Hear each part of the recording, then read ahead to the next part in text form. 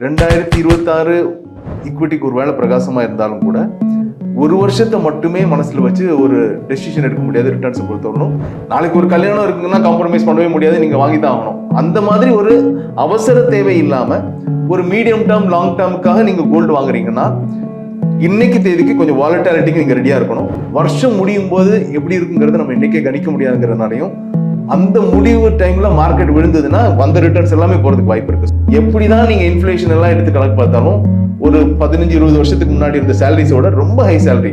Inflation எப்படி நீங்க எடுத்து பார்த்தாலும் ஹை சேலரி தான். 1000 ரூபாய் 5000 ரூபாய் ஈஸியா இன்வெஸ்ட் பண்ண முடியும். நிறைய பேர் இன்னைக்கு 50 வயசுல ரிட்டையர் ஆகணும்னு நினைக்கிறாங்க, 45 வயசுலயும் ரிட்டையர் ஆகணும்னு நினைக்கிறாங்க. இவங்களுக்கு பர்டிகுலர்லி 50 வயசுல ரிட்டையர் ஆகணும்னு நினைக்கிறவங்க 30 வயசுல ஆரம்பிக்கும் போது பெஸ்ட் இன்வெஸ்ட்மெண்ட் ப்ராடக்ட் ஈக்விட்டி தான். வணக்கம் சார். வணக்கம்.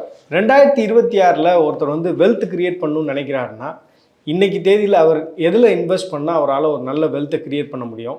ரியல் எஸ்டேட்டா, கோல்டா, ஈக்விட்டியா, இல்லை டெட் ஃபண்டா? எதில் இன்வெஸ்ட் பண்ணால் ரிட்டர்ன் நல்லா வருங்கிறதுக்கு இன்னொரு சப்கொஸ்டினும் தேவை. எவ்வளோ வருஷத்துக்கு இன்வெஸ்ட் பண்ண முடியுங்கிறது ரொம்ப முக்கியமான விஷயம். அது சொல்லும்போது ஈக்விட்டியில் இன்வெஸ்ட் பண்ணால் தான் மேக்ஸிமம் ரிட்டர்னும் நல்ல லிக்விடிட்டியும் இருக்கிறதுக்கான வாய்ப்பு இருக்குது. ஆனால் அதுக்கு ஒரு 5 இயர்ஸ் ப்ளஸ் ஆகுது இருக்கணும் அப்படிங்கிறது தான். ஏன்னா 2026 ஈக்விட்டிக்கு ஒரு வேளை பிரகாசமாக இருந்தாலும் கூட ஒரு வருஷத்தை மட்டுமே மனசில் வச்சு ஒரு டெசிஷன் எடுக்க முடியாது ரிட்டர்ன்ஸை பொறுத்தவரைக்கும். ஏன்னா நம்ம இன்னைக்கு பார்க்குறது இமீடியட் விசிபிலிட்டி எப்படி இருக்குது, இமீடியட் ப்ராஸ்பெக்ட்ஸ் எப்படி இருக்குங்கிறது தான் பார்க்க முடியுமே தவிர வருஷம் முடியும் போது எப்படி இருக்குங்கிறத நம்ம இன்னைக்கே கணிக்க முடியாதுங்கிறதுனாலையும் அந்த முடிவு டைமில் மார்க்கெட் விழுந்ததுன்னா வந்த ரிட்டர்ன்ஸ் எல்லாமே போகிறதுக்கு வாய்ப்பு இருக்குது. ஸோ ஒரு 5 இயர் ஹொரைசன் வச்சுக்கணும் ஈக்விட்டியில் இன்வெஸ்ட் பண்ணுறதா இருந்தால். இப்போது இந்த வருஷத்தோட ப்ராஸ்பெக்ட்ஸ் பார்த்தீங்கன்னா நேற்று வரையிலும் இருந்த நிலைமைக்கும் இன்னைக்கு இருக்கிற நிலைமைக்கும் ஒரு வித்தியாசம் இருக்குது. அதுக்கு மெயின் காரணம் யூஎஸ் ட்ரேட் டீல். இப்போது நேற்று வரையிலும் எஃப்ஏ இன்ஃப்ளோஸ் பிரச்சனையாக இருந்தது, ருப்பி வீக்காக இருக்கிறது ஒரு பிரச்சனையாக இருந்தது. இது ரெண்டும் சேர்ந்தே டொமஸ்டிக் ஈக்விட்டி இன்வெஸ்டர்ஸ் மட்டும்தான் பெருசாக ஃப்ளோ கொண்டு வந்தாங்க. எஃப்ஐஎஸ் பொறுத்தவரைக்கும் நெட் செல்லர்ஸாகவே இருந்திருக்காங்க. லாஸ்ட் ஃபுல் இயர் கூட $16-17 பில்லியன் அளவுக்கு அவங்க நெட் செல்லர்ஸாக தான் இருந்திருக்காங்க. அது இந்த மாதம் அதாவது ஜனவரிலையுமே அதுதான் தொடர்ந்துட்டு இருந்தது. இன்னையிலேருந்து அது ஒரு பெரிய சேஞ்ச் வர்றதுக்கான வாய்ப்பு இருக்குது, அட்லீஸ்ட் நியர் டேர்முக்கு. ஸோ இன்னைக்கு மார்க்கெட் ஓப்பன் ஆகும்போதே கிட்டத்தட்ட 4% மேலே ஓப்பன் ஆகி ஒரு 2.5% அப்பில் கிட்டத்தட்ட செட்டில் ஆயிருக்கு. அக்ராஸ் செக்டர்ஸ் பாசிட்டிவாக இருந்திருக்கு, இன்க்ளூடிங் ஸ்மால் அண்ட் மிட் கேப்ஸும் நல்ல ஒரு 2-2.5% லெவலுக்கு ரிட்டர்ன்ஸ் இருந்திருக்கு. இது இப்படியே போகிற பட்சத்தில் ட்ரம்ப் இன்னும் ஒரு மனமாற்றத்துக்குள்ளே வந்து மறுபடியும் ஒரு சேஞ்சை பண்ணாத வரையிலையும் இந்தியாவோட ஈக்விட்டி ப்ராஸ்பெக்ட்ஸ் இந்த வருஷத்துக்கு நல்லாவே இருக்குது. போன வருஷம் ஆஃப்கோர்ஸ் ரிட்டர்ன் சுமாராக இருந்தது, ஸ்மால் கேப் நெகட்டிவ்ல இருந்தது, நிஃப்டியே 10% ரிட்டர்ன் தான் கொடுத்தது 2025 பொறுத்தவரைக்கும். 26 ரிட்டர்ன்ஸ் பெட்டராக இருக்கணும்னு எதிர்பார்த்து வரும்போது 2026 முதல் மாதம் ஏமாற்றமாக தான் இருந்தது. பட் மேபி இந்த ட்ரேட் டீல் ஒரு பெரிய மாற்றத்தை கொடுக்கலாம். கோல்டு சில்வர் பெரிய லெவலுக்கு இறங்கியிருக்கு இல்லை கடந்த 3-4 நாட்களில். இன்னைக்கு ஒரு பெரிய ஒரு நல்ல ரிவைவல் வந்திருக்கு.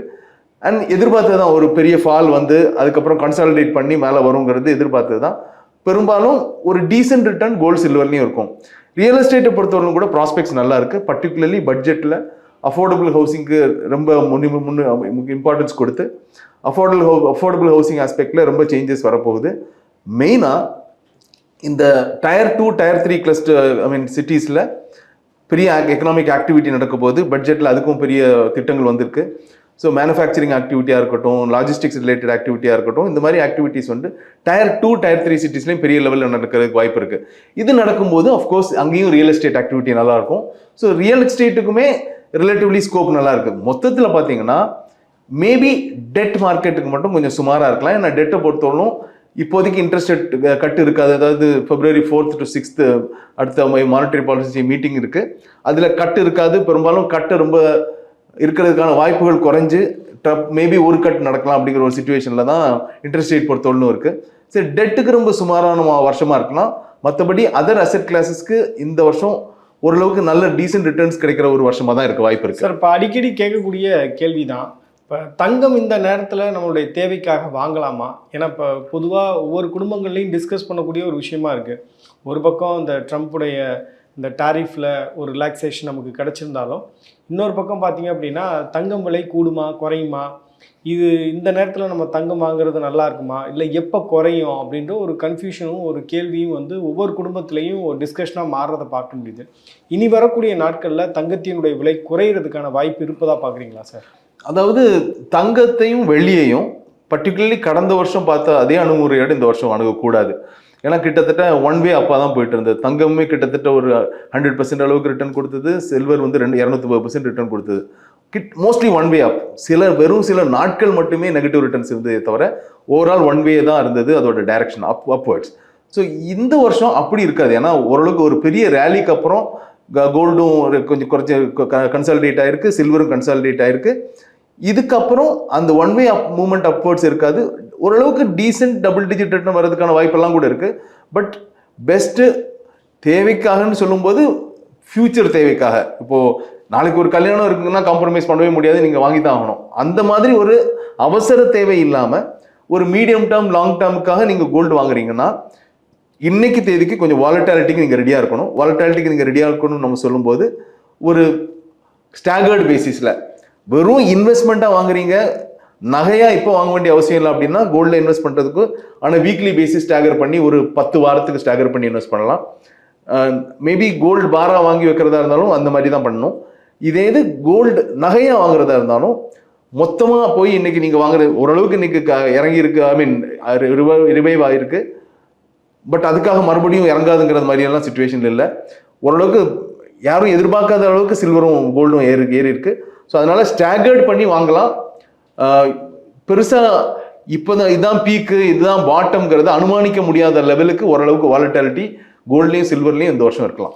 பொதுவாக இன்வெஸ்ட் பண்ணுற எல்லாத்துக்குமே இருக்கக்கூடிய ஒரு கேள்வி என்னென்னா, எப்போ எனக்கு வந்து ரிட்டர்ன்ஸ் கிடைக்கும் அப்படின்ற ஒரு கேள்வி இருக்கும். இப்போ குயிக் ரிட்டர்ன்ஸ் வந்து எதிர்பார்க்குறாங்க இல்லையா, அதில் இருக்கக்கூடிய பிரச்சனைகளாக என்ன பார்க்குறீங்க? குயிக் ரிட்டர்ன்ஸ் அப்படின்றது ஒரு இன்வெஸ்டருக்கு பாசிபிளா? Quick returns possible. Quick return கொடுக்குற எல்லா ப்ராடக்ட்லையும் அது எந்தெந்த அவென்யூவாக இருந்தாலும் சரி அதே லெவலுக்கு டவுன் சைடு இருக்குங்கிறதையும் டெஃபினெட்லி ப்ரிப்பேர்டாக இருக்கணும். சில்வரே ஃபார் எக்ஸாம்பிள் எடுத்துப்போம். 50% ஏறின அளவுக்கு ஆல்மோஸ்ட் 35-40% லெவலுக்கு இறங்கவும் செஞ்சது வெறும் 3 நாளில். ஸோ இந்த மாதிரி ஒன் வே அப் போகிற எல்லா ப்ராடக்ட்டுக்கும் அதுக்கு ஈக்குவலண்டான ரிஸ்க்குக்கும் ரெடியாக இருக்கணும். அப்படின்னா தான் அந்த மாதிரி ப்ராடக்டில் வரணும். ஸோ பர்டிகுலர்லி நியூ ஜென்ரேஷன் இந்தியாவில் மோர் தென் 50% யூத் அப்படின்லாம் சொல்கிறோம். யூத்தை பொறுத்தவரைக்கும் பொதுவாக எந்த விதத்தில் பார்த்தாலும் அவங்களுக்கு குயிக் ஃபாஸ்ட் ஃபுட்டாக இருக்கட்டும், மணியாக இருக்கட்டும், எல்லாமே ஃபாஸ்ட்டாக இருக்கணும்னு எதிர்பார்க்குறாங்க.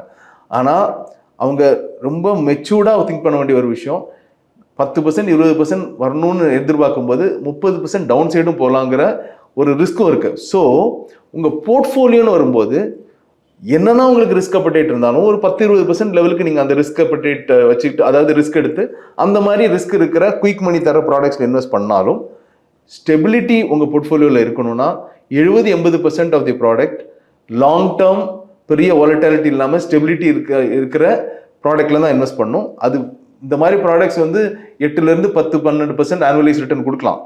நீங்கள் அந்த ஒரு பிட்காயினோ சில்வரில் நடந்த மாதிரியோ 30%-50% ரிட்டர்ன்லாம் வராது. அண்ட் எதனால் இதில் ஜாஸ்தி ஃபோக்கஸ் பண்ணும் இந்த கோர் போர்ட்ஃபோலியோ 20-80% இருக்குன்னு சொன்னால், நீங்கள் எல்லாமே ஒரு கோலுக்காக இன்வெஸ்ட் பண்ணுறீங்க. அந்த கோல் ஒரு நாள் வரும். அந்த நாள் வரும்போது நீங்கள் அந்த குயிக் ரிட்டர்னுக்காக நான் போன ப்ராடக்ட்டு பெரிய நெகட்டிவ்ல இருக்கலாம். ஸோ அந்த மாதிரி ஒரு சூழ்நிலையில் நீங்கள் போட்டு இன்வெஸ்ட் பண்ண காசு கூட அங்கே நிற்காம வாய்ப்பு இருக்குது. அந்த லெவலுக்கு கூட வேல்யூ இல்லாமல் இருக்கிறதுக்கு வாய்ப்பு இருக்குது.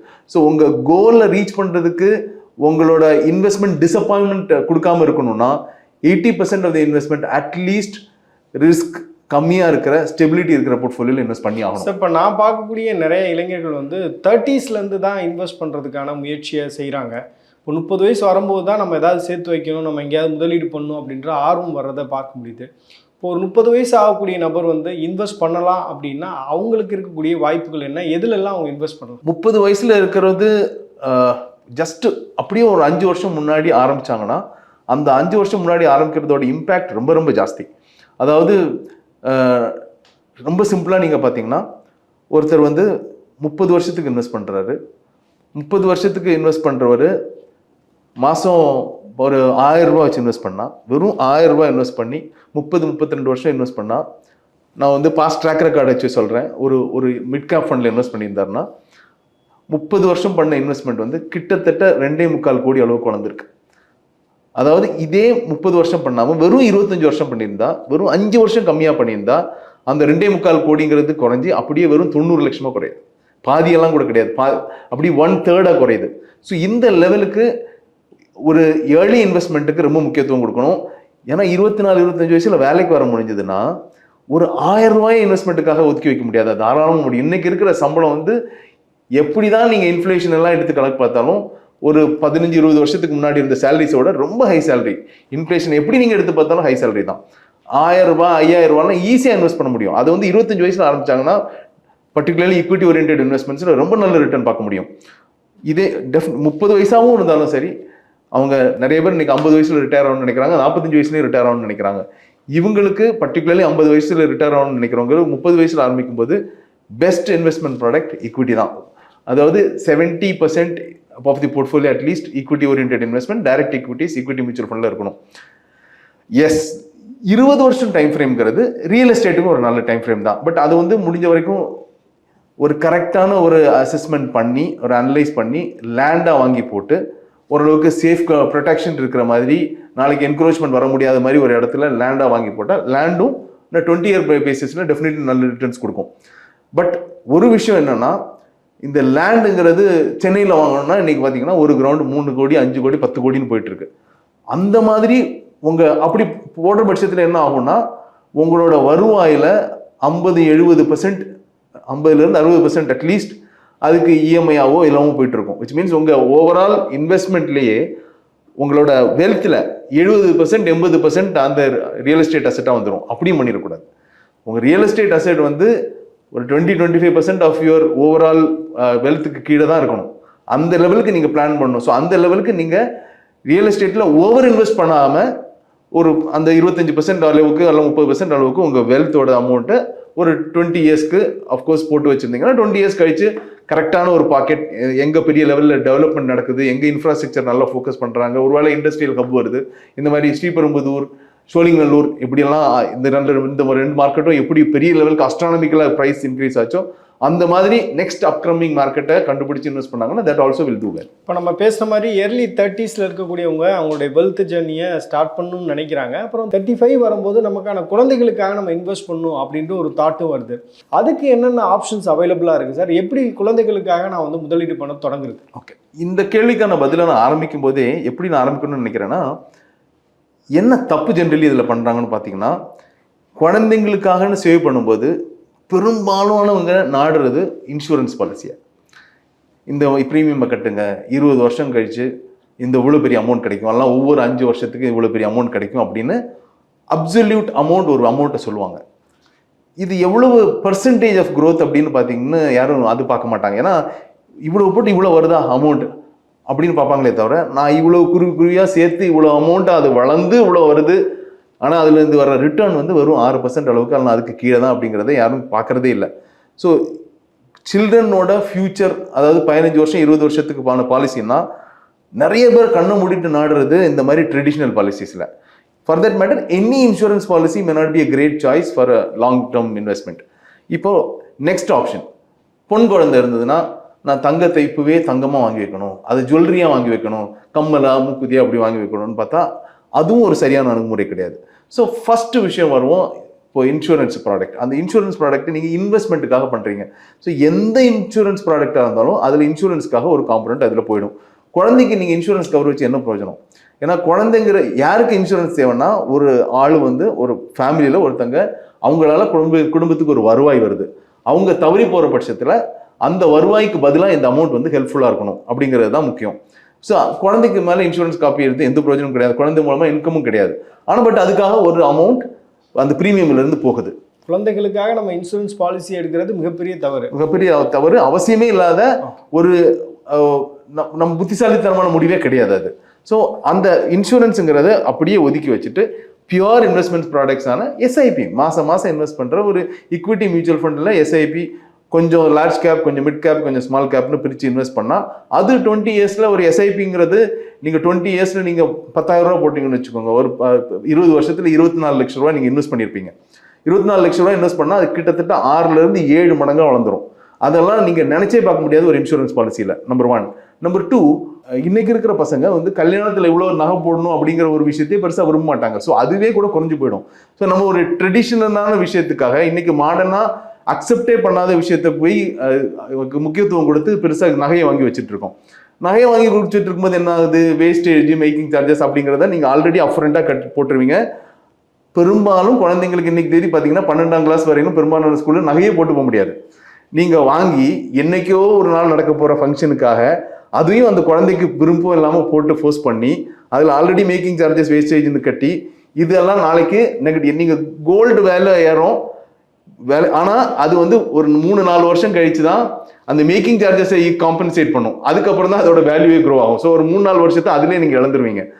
பட் இதுக்காக நீங்கள் உண்மையிலேயே நீங்கள் கோல்டு வாங்கணும், உங்கள் ஃபேமிலியில் அது நிர்பந்தமாக இருக்குன்னா கூட by a gold fund.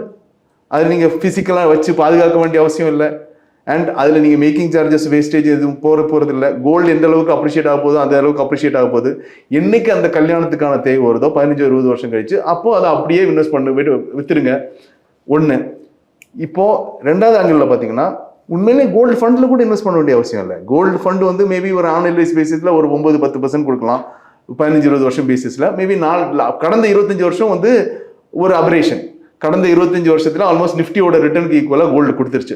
But எல்லா 25 இயர்ஸ் கடந்த ஒரு 50 வருஷத்தோட 25 இயர்ஸோட ரோலிங் ரிட்டர்ன்ஸ் எடுத்து பார்த்தீங்கன்னா கோல்டு ஈக்விட்டியோட பக்கத்திலே வராது. சார், இப்போ நீங்கள் சொல்லக்கூடிய இந்த கோல்டு ஃபண்டுன்றது கோல்டு இடிஎஃப் சொல்கிறீங்களா, இல்லை வந்து கோல்டு பீஸ் அந்த மாதிரி சொல்கிறீங்களா, இல்லை ஒவ்வொரு ஏஎம்சிஸும் இந்த மாதிரி கோல்டு ஃபண்டுன்னு தனியாக வச்சுருக்காங்க? எல்லாருமே கோல்டு ஃபண்டுன்னு வச்சுருக்காங்க. இந்த கோல்டு ஃபண்டு பேசிக்கலி அவரோட அண்டர்லைங் கோல்டு இடிஎஃப் தான். எதுக்கு நான் கோல்டு இடிஎஃப் சொல்லாமல் கோல்டு ஃபண்டை சொன்னேன்னா, கோல்டு இடிஎஃப்ல டைரெக்டாக நீங்கள் டிமேட் அக்கௌண்ட்டில் மாதமாக நீங்களாக போய் வாங்கணும் மேனுவலி. ஆனால் நீங்கள் எஸ்ஐபியாக பண்ணணும்னா ஒரு கோல்டு ஃபண்டில் தான் அது நடக்கும். ஆட்டோமேட்டிக்காக உங்களுக்கு ஒரு ஒரு இசிஎஸ் டெபிட் ஆகி மாதம் யூனிட் அலாட் ஆகணும்னா அது கோல்டு ஃபண்டு மூலமாக தான் நடக்கணும். கோல்டு இடிஎஃப்ல நடக்காது. ரெண்டுக்கும் பெரிய வித்தியாசம் கிடையாது. ஒரு மைனர் சார்ஜஸில் மட்டும்தான் வித்தியாசம் இருக்கும். ஸோ எஸ்ஐபின்னு பண்ணணும்னா கோல்டு ஃபண்டில் பண்ண முடியும், இடிஎஃப்ல பண்ண முடியாது. ரெண்டுமே 100% கோல்டில் தான் இன்வெஸ்ட் பண்ணுது. ஸோ நம்ம சொல்ல வேண்டிய விஷயம், இன்னொரு விஷயம் என்னென்னா, நீங்கள் தங்கம் வாங்கணும். தங்கத்தை எந்த லெவலுக்கு நீங்கள் வாங்குறதுக்கு வெல்த்தை கிரியேட் பண்ணணும்னு பார்த்தீங்கன்னா அதுக்கு கோல்டு ஃபண்டு கூட வேணாம். நீங்கள் ஈக்விட்டி ஃபண்ட்லேயே இன்வெஸ்ட் பண்ணுங்க. இங்கே கோல்டு ஃபண்டில் இன்வெஸ்ட் பண்ணி நீங்கள் 9-10% ரிட்டர்ன் பார்ப்பீங்க. ஈக்விட்டி ஃபண்டில் இன்வெஸ்ட் பண்ணால் நீங்கள் 12% அல்ல அதுக்கு மேலே ரிட்டர்ன் பார்ப்பீங்க. விச் மீன்ஸ் நீங்கள் போட்ட காசு 20 வருஷத்தில் கோல்டு ஃபண்டில் போட்டிருக்கிறத விட ஜாஸ்தி வளர்ந்துருக்கும். நீங்கள் ஒரு 100 பவுன் வாங்க வேண்டிய இடத்துல 120 பவுன் வாங்க முடியும். ஸோ உங்களோட தேவை 20 வருஷம் கழிச்சுன்னா அது இன்னைக்கே கோல்டில் இன்வெஸ்ட் பண்ண நினைக்காதீங்க, அது ஜுவல்லரியில தான் இன்வெஸ்ட் பண்ண நினைக்காதீங்க. இன்ஃபேக்ட் கோல்டு ஃபண்ட்லேயே கூட இன்வெஸ்ட் பண்ண வேண்டிய அவசியம் இல்லை.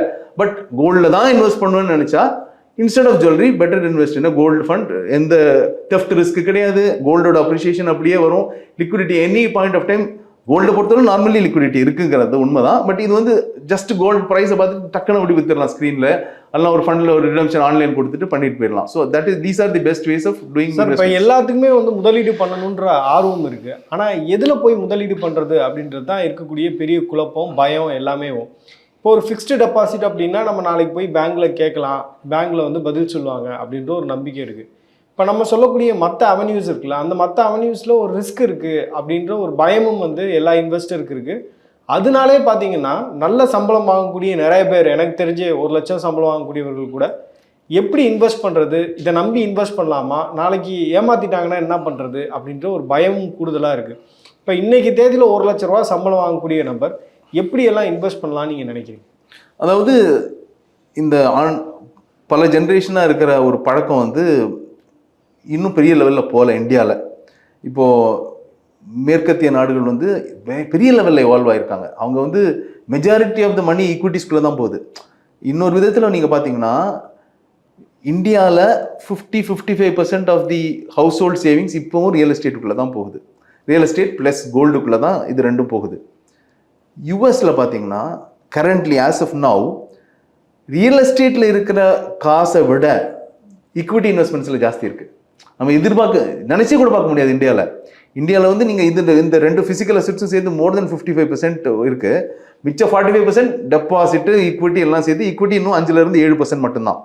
அங்கே ரியல் எஸ்டேட்டோட இன்வெஸ்ட்மெண்ட்டுக்கு மேலே ஈக்விட்டி இன்வெஸ்ட்மெண்ட் இருக்குது. ஆனால் நம்ம அந்த விதத்தில் ப்ரோக்ரெசிவே ஆகலை. இதுக்கு என்ன காரணம்? நம்மளோட கன்சர்வேட்டிவ் மென்டாலிட்டி, ரிஸ்க்குன்னா நினைக்கிற பயம். இந்த ரிஸ்க்குனாலே ரிஸ்க்குன்னு ஒரு ப்ராடக்டை பற்றி நினைக்கும் போது அதில் என்ன ரிஸ்க் இருக்குன்னு பார்க்கணும். ஸோ நாளைக்கு திவாலாக போகிற ஒரு கம்பெனியில் இன்வெஸ்ட் பண்ண போகிறீங்க, ஒரு பாண்டு நாளைக்கு கம்பெனி இல்லாமல் போகலாம், இது பெரிய ரிஸ்க் தான். எஃப்டிலையும் ரிஸ்க் இருக்குது. 5 லட்சம் ரூபா வரைக்கும் தான் இன்சூரன்ஸ். நீங்கள் டெபாசிட் பண்ணிங்கன்னா 5 லட்சத்துக்கு மேலே there is no protection. 5 லட்சம் வரைக்கும் தான் ப்ரொடெக்ஷன். இந்தியாவில் பேங்கிங் சிஸ்டம் ரொம்ப ஸ்ட்ராங்காக இருக்கிறதுனாலே நம்ம சிஸ்டமில் பேங்க் பிரச்சனை வந்தால் கூட இன்னொரு பேங்க் டேக் ஓவர் ஆகிற மாதிரி தான் நடந்திருக்கே தவிர பேங்க் திவாலாகி அப்படி பஸ்ட் ஆகி போன சிச்சுவேஷனே கிடையாதுங்கிறனாலையும் பேங்க்னா ஒரு நம்பிக்கை வருது. இப்போ பேங்க்கில் ஃபார் இன்ஸ்டன்ஸ் பேங்க்லேயும் என்பிஎஸ் இருக்குது. நீங்கள் ஒரு டெபாசிட்டை போடுறீங்க, 5 வருஷத்துக்கான டெபாசிட்டை போடுறீங்க. அந்த 5 வருஷத்தில் இந்த பேங்க் லெண்ட் பண்ணுற நிறைய அசெட்ஸ் வந்து பேட் அசெட்ஸாக போய் என்பிஏ ஆகுது. இதே ஆனால் உங்களுக்கு கடைசியில் கிடைக்க வேண்டியது கிடைச்சது, உங்களுக்கு இன்ட்ரெஸ்ட் ரேட் என்னவோ அதுக்கு பேங்க் கொடுத்தது. ஈக்விட்டியை கிட்டத்தட்ட அப்படி பாருங்கள். நீங்கள் காசை போடுறீங்க, அந்த என்பிஏ வர்றது மாதிரி இங்கே இடையில மார்க்கெட் கொஞ்சம் ஏற்ற இறக்கம் வருது. இது வந்து மார்க்கெட் ரிஸ்க் மட்டும்தான், கிரெடிட் ரிஸ்க் கிடையாது. அந்த கம்பெனி ஓரளவுக்கு மியூச்சுவல் ஃபண்ட் மேனேஜ் பண்ணுற போர்ட்ஃபோலியோவில் 90% ஆஃப் தி போர்ட்ஃபோலியோ ரொம்ப க்ளீனாக இருக்கும். ஒரு 10% கொஞ்சம் ரிஸ்க் வச்சு விளையாடுவாங்க, ஆப்பர்ச்சுனிட்டியும் இருக்கும், ரிஸ்க்கும் இருக்கும். ஆனால் இந்த 80-90% ஆஃப் தி போர்ட்ஃபோலியோ ஸ்ட்ராங்காக இருக்கும். அது ஜீரோ ஆகாது, there is no credit risk. நம்ம என்பிஏவை எப்படி உங்களுக்கு கண்ணுக்கு தெரியாமல் போதோ, இடையில வர அந்த ஏற்ற இறக்கம், மார்க்கெட் சந்திக்கிற ஏற்ற இறக்கத்தை நீங்கள் மைண்ட் பண்ணாதீங்க. எண்ட் ஆஃப் தி டே நீங்கள் 5 years 10 years அது பேசிஸில் இன்வெஸ்ட் பண்ணும்போது எண்ட் ஆஃப் தி டே நீங்கள் அங்கே நிற்கும் போது ஒரு 12% அட்லீஸ்ட் கன்சர்வேட்டிவ்லி ஆனுவலைஸ் ரிட்டர்ன் கிடைக்கிறதுக்கான வாய்ப்பு இருக்குது. ஸோ இதுதான் ரிஸ்க், அந்த ஈக்விட்டி ரிஸ்க். இடையில அந்த ரிஸ்க்கை நீங்கள் எடுக்கல அப்படின்னா இது வந்து மார்க்கெட் ரிஸ்க், கிரெடிட் ரிஸ்க் கிடையாது. நீங்கள் கிரெடிட் ரிஸ்க்கை பார்த்து பயப்படுங்க, மார்க்கெட் ரிஸ்க்கை பார்த்து பயப்படாதீங்க. மார்க்கெட் ரிஸ்க்கை பார்த்து எப்போ பயப்படணும்னா, நான் 1 வருஷத்துக்காக தான் இன்வெஸ்ட் பண்ணுறேன்னா மார்க்கெட் ரிஸ்க் எடுக்க முடியாது, போகக்கூடாது. 5 வருஷம் 7 வருஷம் தான் மார்க்கெட் ரிஸ்க் எடுக்கலாம். அந்த ரிஸ்க்கை எடுத்தால் மட்டும்தான் நீங்கள் இன்னைக்கு எஃப்டியில் கிடைக்கிற 6% அங்கே 12% வந்து நிற்கணும்னா இந்த ரிஸ்க் நீங்கள் எடுத்தே ஆகணும். அப்படின்னா தான் அந்த கன்விக்ஷன் இவ்வளவு எவால்வ் ஆகி இவ்வளவு லிட்ரஸி இருக்கிற ஒரு கண்ட்ரியில் Tamil Nadu also is very good in literacy. இதெல்லாம் வந்ததுக்கு அப்புறமும் அந்த ஒரு விஷயத்தில் மட்டும் இன்னும் பழமையே கடைபிடிச்சிட்டு எவால்வ் ஆகாமல் இருந்தோம்னா நம்ம இன்ஃப்ளேஷனை கூட பீட் பண்ணுறதுக்கு திணறிட்டு இருப்போம். வியூவர்ஸ் இந்த வீடியோ முழுமையாக பார்த்துருப்பீங்க. உங்களுக்கு ஏதாவது ஸ்பெசிஃபிக்கான கேள்விகள் இருந்ததுன்னா கமெண்ட் செக்ஷனில் சொல்லுங்கள். Thank you sir. தேங்க்யூ.